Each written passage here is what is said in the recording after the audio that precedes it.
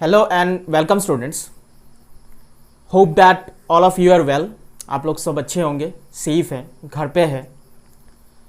और I hope that आप लोगों ने बेसिक अकाउंटिंग टर्मिनोलॉजी का जो पहला पार्ट है वो देख लिया है। और ये so here I have come up with the second part of basic accounting terminology. Let us start. ठीक है, नाउ तो हमारा आज का जो पहला टॉपिक है वो क्या है? वही basic accounting terms. So these are the terms which are very much essential in order to understand account properly. ठीक है, तो आज का जो पहला टर्म है वो क्या है? अपना डेटर्स। ठीक है, डेटर्स। नाउ डेटर्स क्या होता है? देखिए, बिजनेस हमें पता है, business is primarily what? Business में दो काम ही होता है प्राइमरीली। एक होता है बाइंग और दूसरा होता है सेलिंग। ठीक है, अभी बाइंग कौन करता है? बायर या फिर कस्टमर या बायर चीजों को खरीदता है। और सेलिंग कौन करता है? सेलर। ठीक है, इतना तक हमें समझ में आता है बिजनेस। ओके, नाउ अभी डेटर्स कौन है? कोई भी बायर, याद रखना, एनी बायर और customer, if they by any goods और सर्विसेज, कोई भी गुड्स और सर्विसेज ऑन क्रेडिट, अगर कोई भी क्रेडिट में लेता है, कोई भी सामान या कोई भी सर्विसेज अगर क्रेडिट में, उधार में कोई सामान खरीदता है, और in the same sense business या फर्म अगर किसी पर्सन या फर्म को, ठीक है, किसी पर्सन या फर्म को सामान बेचता है या सर्विस प्रोवाइड करता है ऑन क्रेडिट, उधार में, जिसका पेमेंट अभी तक रिसीव नहीं हुआ है, then that particular person becomes debtors of the business. ठीक है, जैसे अभी मैं एक एग्जांपल लेता हूं। ठीक है, एग्जांपल देखिए, जैसे Ram purchased goods worth rupees 1000 on credit. ठीक है, क्या हुआ? राम ने खरीदा, क्या खरीदा? डेफिनेटली ओके, क्या हुआ? राम ने खरीदा गुड्स, सामान खरीदा क्रेडिट में, उधार में 1000 रुपये का। इसका मतलब राम ने अभी तक पैसा बिजनेस को नहीं दिया। तो ये जो राम है, ठीक है, now Ram became debtor. Ram क्या हो गया? डेटर हो गया। ठीक है, राम बिकेम डेटर। ठीक है, उसे सन्ड्री डेटर भी बोलते हैं या फिर डेटर कहा जाता है। Clear to you? मतलब जिस पर्सन से या फर्म से बिजनेस को पैसा भविष्य में रिसीव होने वाला है, ठीक है, क्योंकि उसने बिजनेस में से उधार में सामान खरीदा था, then that particular person become debtors of the business. Clear to you? Okay, let us move into our next topic. Next topic क्या है आपका? क्रेडिटर्स। अच्छा, इतना देर हमने ये सीखा कि जो कोई भी अगर इंसान बिजनेस में से उधार में सामान खरीदता है, नाउ डेफिनेटली अगर बिजनेस है तो definitely business will also buy goods from some other person या फिर अदर फर्म्स।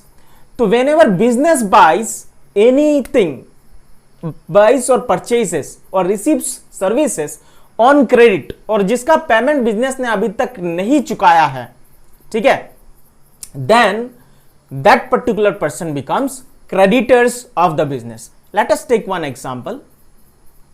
ठीक है, purchased goods from Mohan and Sons, ठीक है, मोहन एंड सन्स से खरीदा on credit worth rupees 2 lakh. ठीक, बिजनेस ने क्या किया? सामान खरीदा मोहन एंड सन से क्रेडिट में 2 लाख रुपए का। तो ये जो मोहन एंड सन्स है उनको पैसा तो अभी तक नहीं दिया गया है। So this Mohan and sons became creditors of the business. Clear to you? मतलब बिजनेस जिस किसी से अगर उधार में सामान खरीदता है तो बनता है वो क्रेडिटर, और बिजनेस से अगर कोई सामान खरीदता है उधार में तो वो बनता है डेटर। कंसेप्ट क्लियर है? Okay, let us move into our next topic. वो क्या है? इन्वेस्टमेंट। इन्वेस्टमेंट देखिए, बिजनेस, कोई भी बिजनेस का मेन मोटो क्या होता है?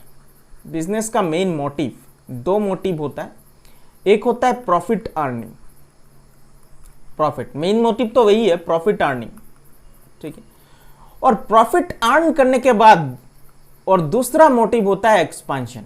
एक्सपांशन, बिजनेस को आगे बढ़ाना, बड़ा करना, बिजनेस को बड़ा करना। So these are the 2 prime motives. तो ये जो बिजनेस का सेकेंड मोटिव है, expansion of business, it is not possible until and yet business does not invest. Business जब तक इन्वेस्ट नहीं करता तब तक उसका ये second motive expansion of business का ये कंप्लीट नहीं होता। Clear to you? Now investment क्या होता है? इन्वेस्टमेंट एक एसेट होता है, बिजनेस का एसेट, संपत्ति होता है, और item that is purchased with the hope that it will generate income or appreciate in value at the some point of time in future। मतलब बिजनेस का पास अगर एक्स्ट्रा पैसा आ जाए तो उस पैसे को बिजनेस क्या करेगा? इन्वेस्ट कर लेगा। मतलब वो सिक्योरिटीज में इन्वेस्ट कर सकता है, वो बैंक में सेविंग कर सकता है। अल्टीमेटली उसका काम क्या है? उसको इन्वेस्ट करना, रोटेट करना, उस पैसे को कहीं पर इन्वेस्ट कर देगा। इन्वेस्ट मतलब एसेट में कन्वर्ट कर लेगा, ठीक है। क्यों? Why? With the purpose that ताकि ये इन्वेस्टमेंट उसको भविष्य में कुछ रिटर्न दे सके।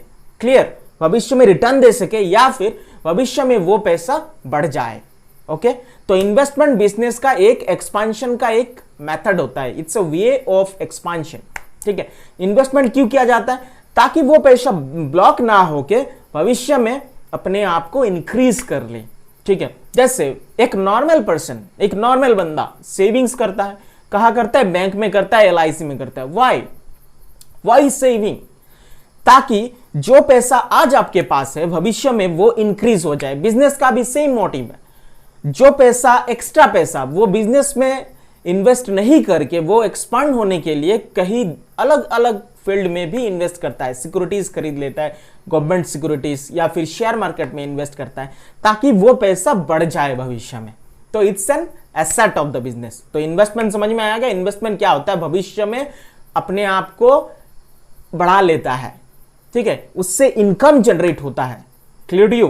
तो that's why investment is the asset of business. Clear? Okay, now let us move into our next topic. हमारा जो नेक्स्ट टॉपिक है वो क्या है? रेवेन्यू।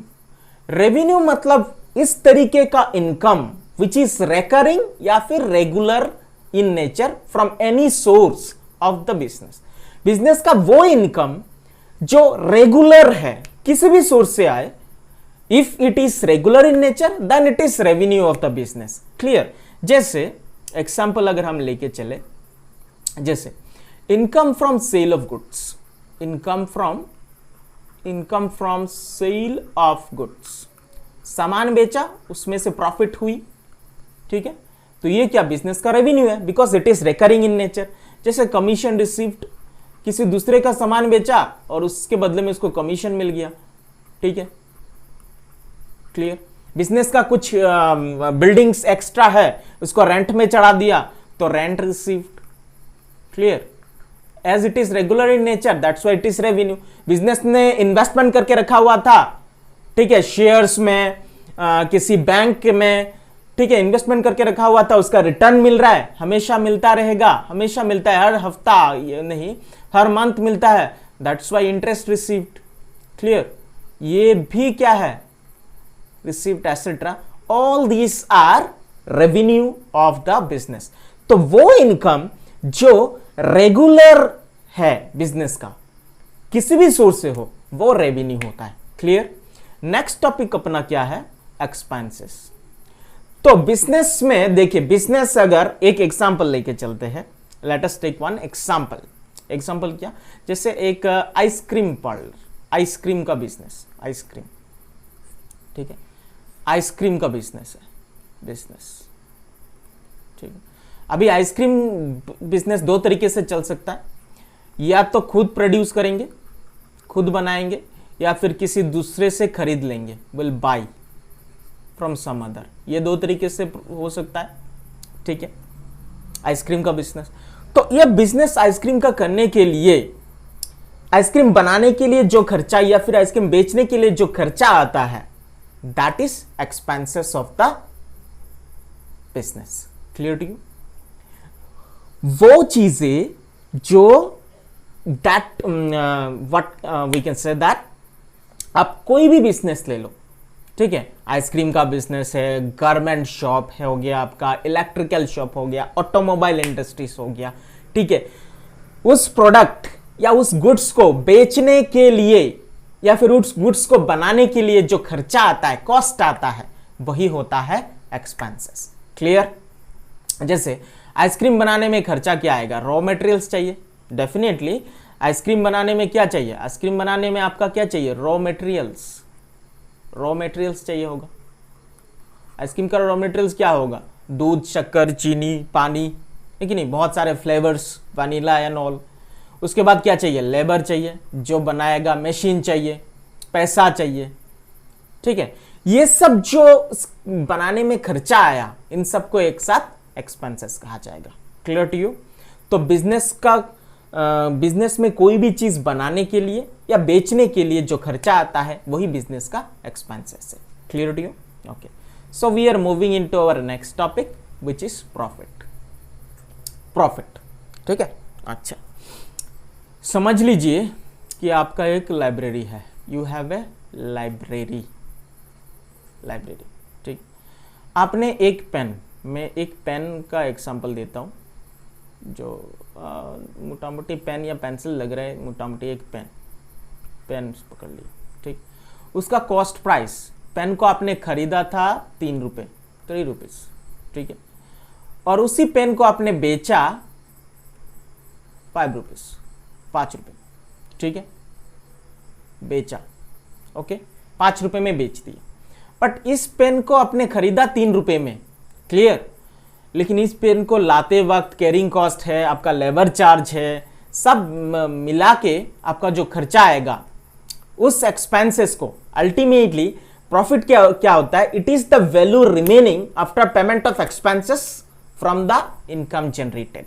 जैसे इनकम हुआ 5 रुपये, ठीक है, पेन का कॉस्ट था 3 रुपये, और पेन को बेचते समय या कैरिंग करते समय समझ लो और 1 रुपये खर्चा हो गया, तो टोटल 4 रुपये आपका एक्सपेंसेस है, और उसका इनकम जनरेट हुआ 5 रुपये।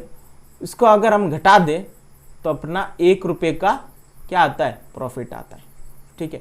Profit is actually what is actually left out after payment of all the expenses from the income generated. Clear to you? Profit, loss profit का उल्टा होता है। कभी अगर किसी भी बिजनेस में एक्सपेंसेस, खर्चा ज्यादा हो जाए in a particular period from the revenue generated, ठीक है, तब हम कह सकते हैं the business incurring loss, the business is in loss. मतलब इसी एग्जांपल को अगर हम कंटिन्यू करें, पेन का कॉस्ट प्राइस था 3 रुपये, ठीक है, और carrying plus labour charge, okay, ये भी अगर 3 रुपये है तो एक्चुअल में एक्सपेंसेस कितना हो गया, 6 रुपये, और इसको बेचा कितने में गया, 5 रुपये, तब expenses is more than revenue, ठीक है। When expenses exceeds the revenue, तब बिजनेस को क्या होता है, लॉस होता है। Clear to you? I think you have understood. So let us continue and move into our next topic, stock. अभी हम लोग करेंगे क्या, स्टॉक। अभी हमारा जो टॉपिक है वो क्या है, स्टॉक। देखिए, ये हमें पता है किसी भी बिजनेस का जो भी सामान वो एक पर्टिकुलर साल में प्रोड्यूस करता है या किसी दूसरे से खरीदता है with the aim of earning profit after selling this goods, ठीक है, एक साल में पूरा सामान बेचना पॉसिबल नहीं होता। तो after the end of accounting period, ठीक है, after the end of accounting period, तो अकाउंटिंग पीरियड या फाइनेंशियल पीरियड जिसे बोलते हैं वो किसी भी साल का 1 अप्रैल से शुरू होता है और खत्म कब होता है? 31 मार्च को, 31 मार्च को, ठीक है। तो इस अकाउंटिंग पीरियड में सारे सामान बेचना तो पॉसिबल नहीं है, तो at the end of accounting period मतलब 31 मार्च को जो सामान अनसोल्ड रह जाता है, जो गुड्स अनसोल्ड मतलब जो बेचा नहीं गया है, after the end of one accounting period उसे कहा जाता है स्टॉक या फिर इन्वेंट्री, ठीक है। स्टॉक या फिर इन्वेंट्री मतलब एक साल के एंड में, साल का अकाउंटिंग पीरियड के एंड में जो सामान रह जाता है गोडाउन में या फिर दुकान में जो नहीं बेचा गया है उसे स्टॉक या इन्वेंट्री कहते हैं, ठीक है। वही स्टॉक या इन्वेंट्री, ठीक है, नेक्स्ट ईयर नेक्स्ट जब अकाउंटिंग शुरू होगा तब उसे बोलेंगे हम लोग, जो रह गया है वो हो जाएगा ओपनिंग स्टॉक, मतलब बिगिनिंग में जो स्टॉक रह जाता है उसे बोलते हैं opening stock. At the end of closing of the year जो रह जाता है उसे बोलते हैं closing stock. Clear? I think you have understood the concept. Now next topic is what? Discount. Discount के बारे में तो आप सब लोगों को पता है, डेफिनेटली ये ह्यूमन का नेचर है, इंसानों का फितरत होता है, कहीं पर भी डिस्काउंट देखा नहीं कूद पड़े खरीदने। जैसे आप अमेज़न में जब सामान खरीदते हो 80% ऑफ, 50% ऑफ, 25% ऑफ, तो ये जो डिस्काउंट का जो एक जो तरीका होता है, it is just in order to attract the consumer, attract the customer, ठीक है। तो डिस्काउंट क्या होता है? It is just reduction in the amount which is allowed, total के ऊपर रिडक्शन, थोड़ा कमाया जाता है। क्यों?